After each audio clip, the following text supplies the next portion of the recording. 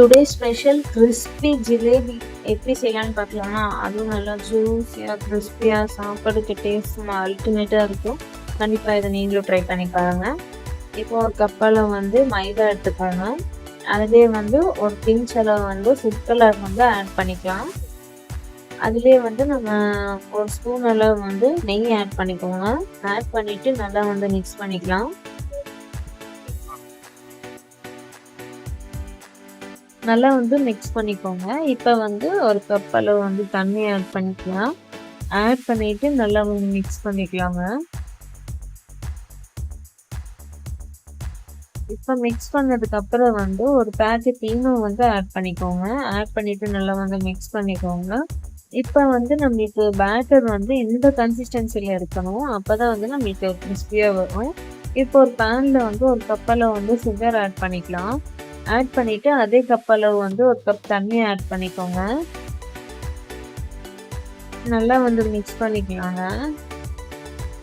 இப்போ கொஞ்சமா saffron add பண்ணிக்கோங்க. குங்குமப்பூ ஆட் பண்ணிட்டு நல்லா மிக்ஸ் பண்ணிக்கோங்க. இந்த மாதிரி பிசுக்கு தன்மை நம்மளுக்கு வந்துச்சுன்னா ஃப்ளேம் ஆஃப் பண்ணிக்கலாம். இப்போ 2-3 டிராப்ஸ் அளவு லெமன் ஸ்க்வீஸ் பண்ணிட்டு நல்லா மிக்ஸ் பண்ணிக்கோங்க.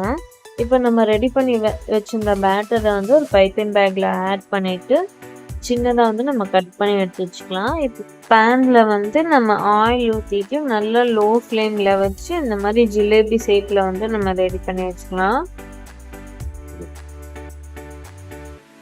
அப்பப்போ நம்ம இந்த மாதிரி திருப்பிட்டே இருக்கணும்.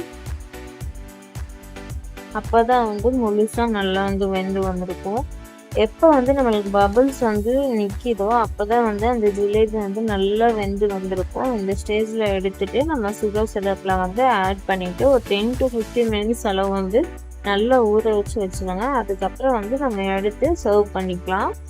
டேஸ்ட் வைஸ் ரொம்ப சூப்பராக இருக்கும். மறக்காமல் இந்த ரெசிபியை நீங்களும் ட்ரை பண்ணி பாருங்கள். இந்த தீபாவளிக்கு நீங்களும் இந்த ஜிலேபியை ட்ரை பண்ணி பார்த்துட்டு ஹாப்பியாக என்ஜாய் பண்ணுங்கள்.